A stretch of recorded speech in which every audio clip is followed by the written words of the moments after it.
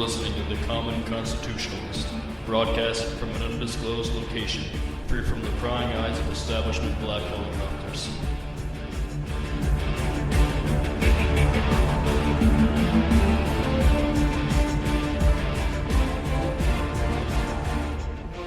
Welcome back to the Common Constitutionalist podcast, and this is a happy Common Constitutionalist coming at you from sunny, relatively warm New England.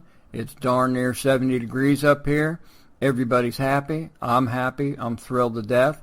I might even wash my car tomorrow if the spirit moves me to do so. Was outside, actually caught a few rays today, working on my podcast notes, and it was awesome. Actually got a little color today, too. It's a fabulous thing. Might even wash my car tomorrow. Haven't washed my car in probably 6 months. I don't know how long it's been. But at any rate, it's been quite a while. And what happens is you run your car through the car wash up here in the Arctic winter, and you know how you get out, and if you got water spots on the car after the car wash is finished air drying, you jump out with your rag and you wipe the spots off so the car doesn't get water spots on it. Well, by the time you get your rag ready and you jump out of the car, the water's already iced over and you got nothing but icicles on your car that you can't wipe off. You can scrape them off, but you can't wipe them off. At any rate, all right, let's get right to it. I'm not sure why I always start with the weather. Maybe just because it's so freaking weird up here in New England that as many years as I've been up here, I just simply can't get used to it.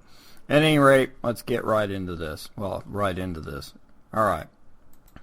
This whole first-term senator thing that they've been hounding Cruz and Rubio and Rand Paul so far on is an absurdity, frankly.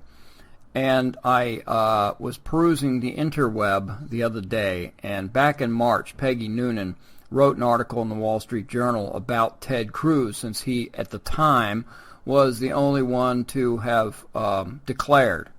So this is about Ted Cruz because the Peggy Noonan article was about Ted Cruz, but it's kind of about all the first-term senators. So she writes that Cruz and the others have two problems to overcome. He is 44 and a first-term senator. Okay. He entered the national stage less than 3 years ago, though it seems like longer, because he made himself so famous so fast. Whoop-de-doo. He talks about Reagan, but Reagan in 1980 had been a union president, a two-term governor of a huge state, candidate for the GOP nomination in 1976, and a longtime leader of modern conservatism. He had been an executive. He had run things. His accomplishment could be measured. She goes on to exclaim that Mr. Cruz is not like Reagan. He is like first-term senator named Barack Obama, who was 45 when he announced. He's nothing like freaking Barack Obama. There's not many people like Barack Obama, save for any of the other socialist communists in the Senate or the Congress or congressmen or state legislators or whatever. But Cruz is the opposite side of the coin from Barack Obama. But at any rate, the only thing they have in common is that they are first-term senators. But I digress. She continues. This prompts a major 2016 question. Did Mr. Obama permanently lower the bar? A question mark. Did his winning and holding the president with such limited experience and his governing in many eyes so unsuccessful leave a whole generation of politicians thinking, I can do that, and even I can do better than that? Or, after Mr. Obama, will there be among Republican voters a hunger for a deeper biography? Well, that's really rich. Is the country in the mood for more on-the-job presidential training? Well, let's see. Where do I begin? His governing. I guess we'll start with his governing, who she says in many eyes, so unsuccessful. His governing has not been unsuccessful, depending on what you think he wanted to get done.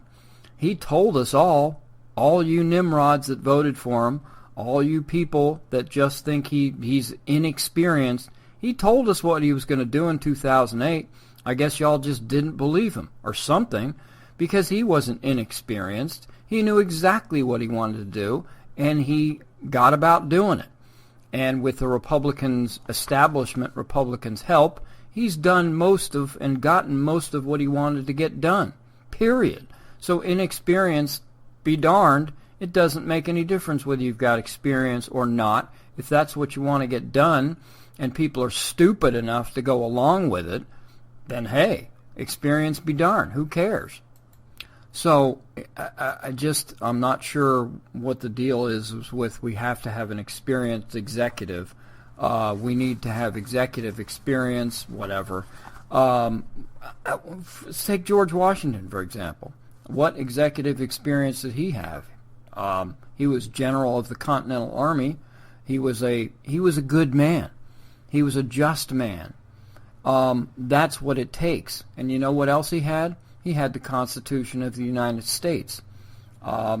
That's like the instruction manual for how to govern. But Washington was a general, period. Sure, he had a lot of life experience, but mainly he was a good and just man, and he followed the Constitution, which is basically, as president, what you need to do. He also had amazingly intelligent and providential, we'll say, advisors around him. So you could say that George Washington had to have on-the-job training because there was no preceding president, so to speak. So what does that have to do with it when you have the instruction manual right in front of you on how to govern properly? Noonan goes on to say that Mr. Cruz's second problem has to do with words like sincerity, earnestness, and ingenuousness. His conservatism is serious, fully thought through, studied, and internalized. But who is he? What do you mean, who is he? His life's a freaking open book. Look it up. At any rate, she says that I think of the comment of one of his fellow conservative senators, he's a complete charlatan, you know. Gee, I wonder who this could be, because I guarantee it wasn't a real conservative senator that said this. It was probably one of those establishment hacks that say they're conservative that talk to Ms. Noonan. There are actually, 3 or 4 real, true constitutional conservatives in the Senate, and not a single one of them would have said that Ted Cruz is a charlatan. That's ridiculous. She continues, he did shut down, said the senator, meaning the government, not because it might work or help, but because it served his breakout plan. Be the guy who convinces the base he's the only one they can trust. The senator's implication, it's a game to this guy. No, frankly, to this and a few others in the Senate and the Congress, it's not a game. To all you other schmoes, it is a freaking game. And that's the problem. It's a dang game. To the McConnells and the Boehners and all the hacks that they surround themselves with, that's what this is. It's a daggum game that they play with the Democrats. What he wanted to do, what he intended to do, was to draw attention to the issue. Maybe, just maybe, if he stood up, somebody had to stand up, somebody has to stand up for the rights of us, for our goodwill. And no one seems to be doing it. They do it for the goodwill of themselves and their own little mini collective in Washington. So maybe he was just trying to draw attention to the fact that we're spending ourselves into oblivion. And maybe after he got up there courageously and started talking his blank off, maybe he could garner some support. But no, the rest of the Republican Party, save for a few, are too spineless to join in the fight. They would rather just run under their desks and hide from the evil, wicked Democrats and hope that they go away. He's trying to lead by example. He's actually trying to lead. That's what he's trying to do. That's what we need, is a daggum leader. She then says, or writes, it's not hard to notice that every Cruz conversation, every interview seems to be the rote performance of a speech, in public and often in private. He moves his hands and face and modulates his voice like a TV pro. Politicians have to be actors, but the trick is to be an actor without being phony. Ha! That's a hot one, hey? Being an actor without being phony. Washington, the only people more phony than the dopes in Washington are the phonies in Hollywood. Other than that, Washington are the biggest collection of phonies ever on the planet, frankly. And people like Cruz and Lee and those guys are the only ones that aren't the daggum phonies. Now, we've heard not only this first-term senator nonsense, we heard it from... Scott Walker didn't say it. He implied it, but he didn't come out and say it. Rick Perry did say it. He said the next president of the United States really needs to be someone who has deep experience as an executive. Really.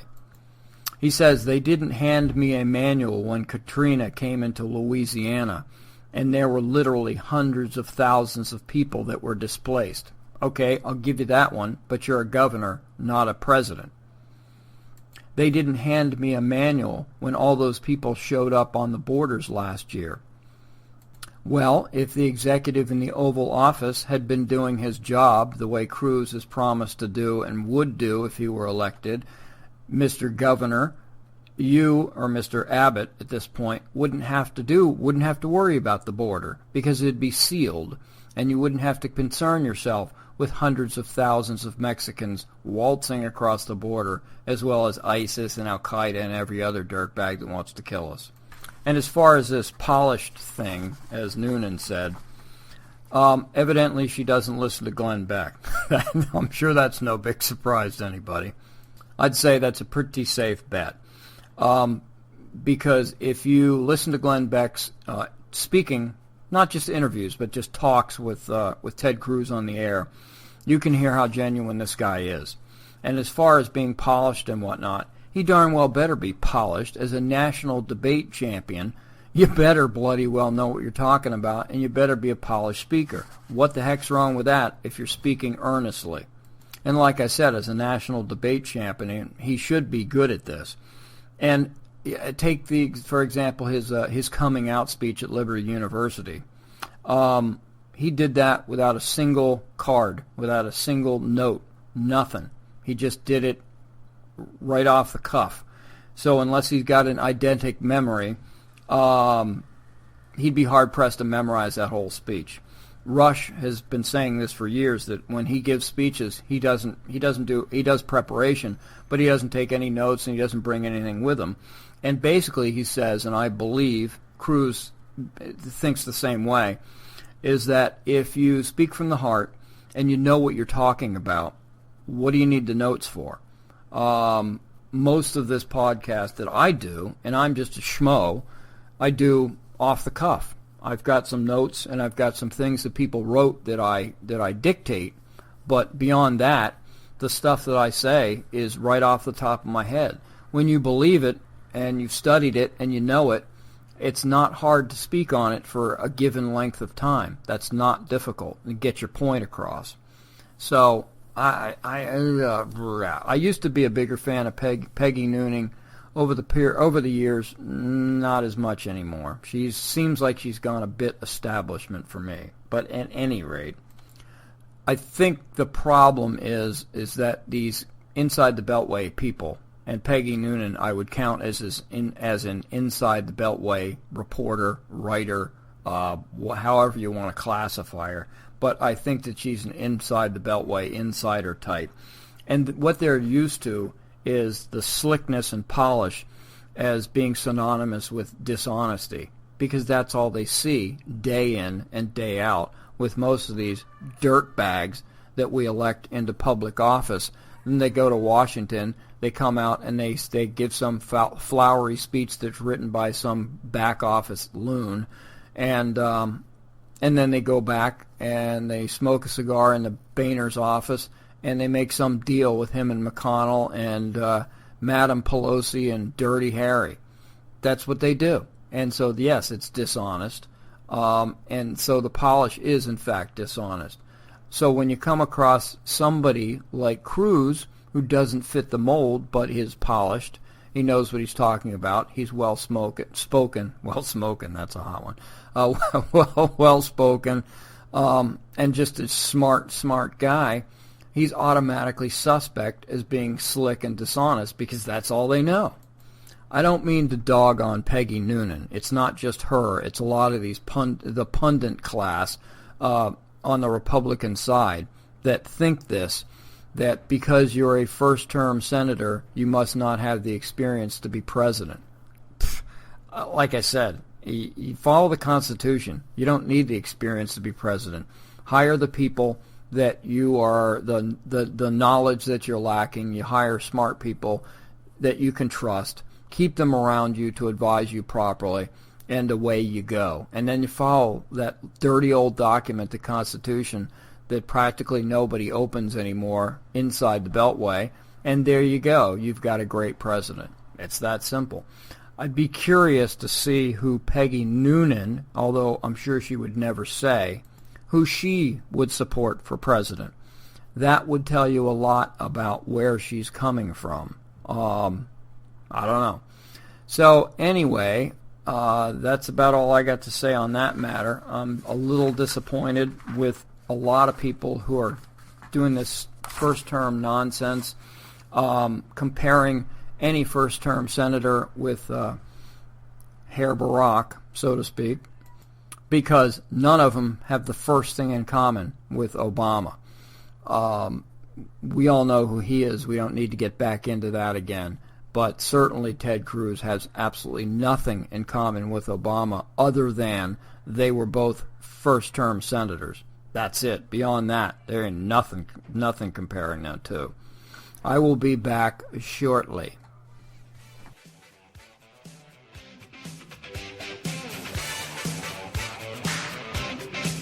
You're listening to the Common Constitution. Let the truth be known.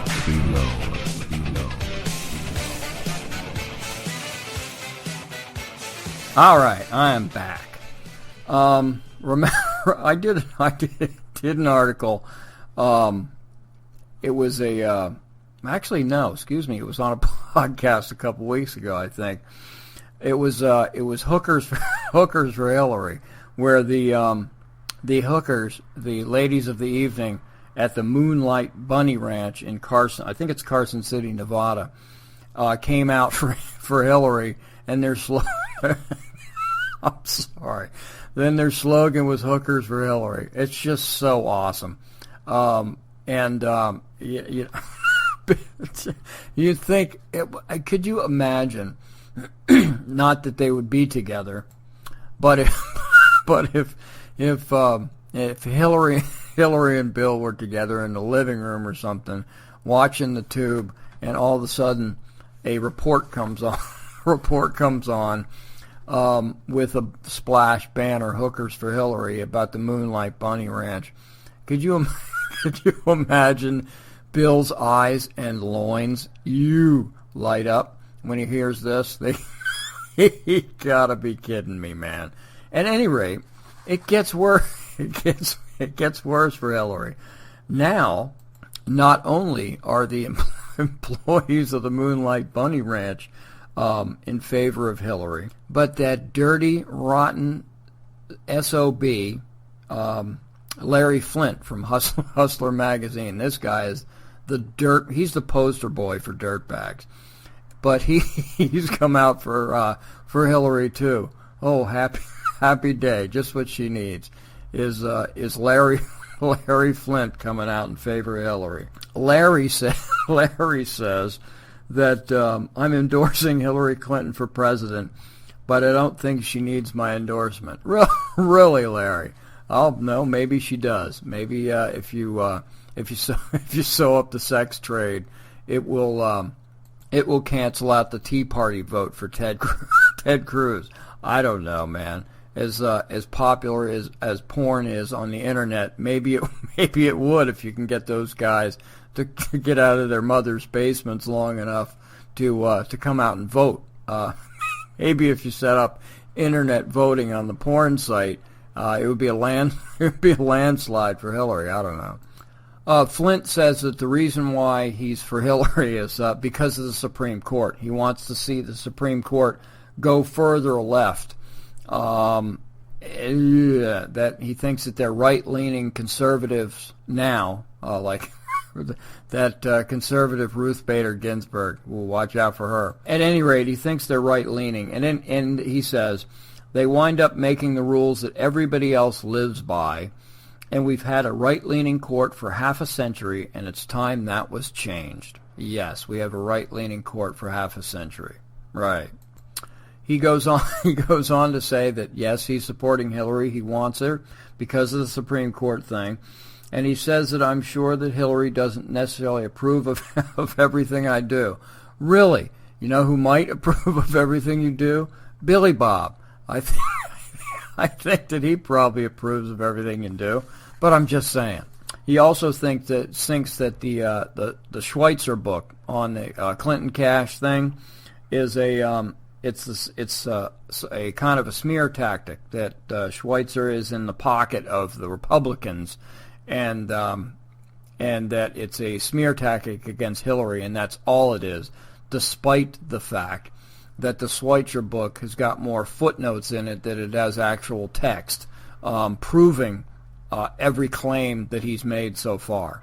But hey, maybe that's why there's so many pictures in Hustler, because Larry can't read. I don't know. So it doesn't really say beyond that why Larry Flint is. I guess that he's a one-hit guy. That's his only deal. His only issue is the Supreme Court. Whereas the bunnies at the Bunny Ranch said on their website that they're supporting Clinton because of her work on healthcare reform, foreign relation experience. Oh yeah, baby. Tax reform and government oversight on public health. Maybe they're for free testing for STDs. Maybe that's what the healthcare thing is. I don't know. But foreign relationship experience. Oh yeah, foreign relations. I'll give you nukes and you give my foundation money. There's your foreign relation experience. Tax reform? What, are you freaking kidding me? Well, nobody said that the Bunny Ranch was full of Mensa Society people. I don't think that's why the customers go there. It's not a debate society. It's a Bunny Ranch. It's a brothel, guys. They also said that the Bill Clinton I'm sorry. This just cracks me up. Bill Clinton presided over the most prosperous time in the Bunny Ranch in the Bunny Ranch's history. I mean, you can't make this stuff up, man. It's just so funny. But at any rate, I guess if Bill wasn't such a bag of dirt, it wouldn't be so funny. If it was George and Laura Bush or something like that, it would just be sad. But because Bill Clinton's involved, indirectly even, it just cracks the crap out of me. It's just so funny. So at any rate, he's got the endorsement of the bunnies at the Bunny Ranch, the sex trade apparently in general, and now the bag of poo, Larry Flint. Is this guy ever gonna die? Is he just gonna be? He'll be wheeled around in his golden wheelchair. He'll be dead for 6 months and nobody will even notice. But at any rate, so who's next?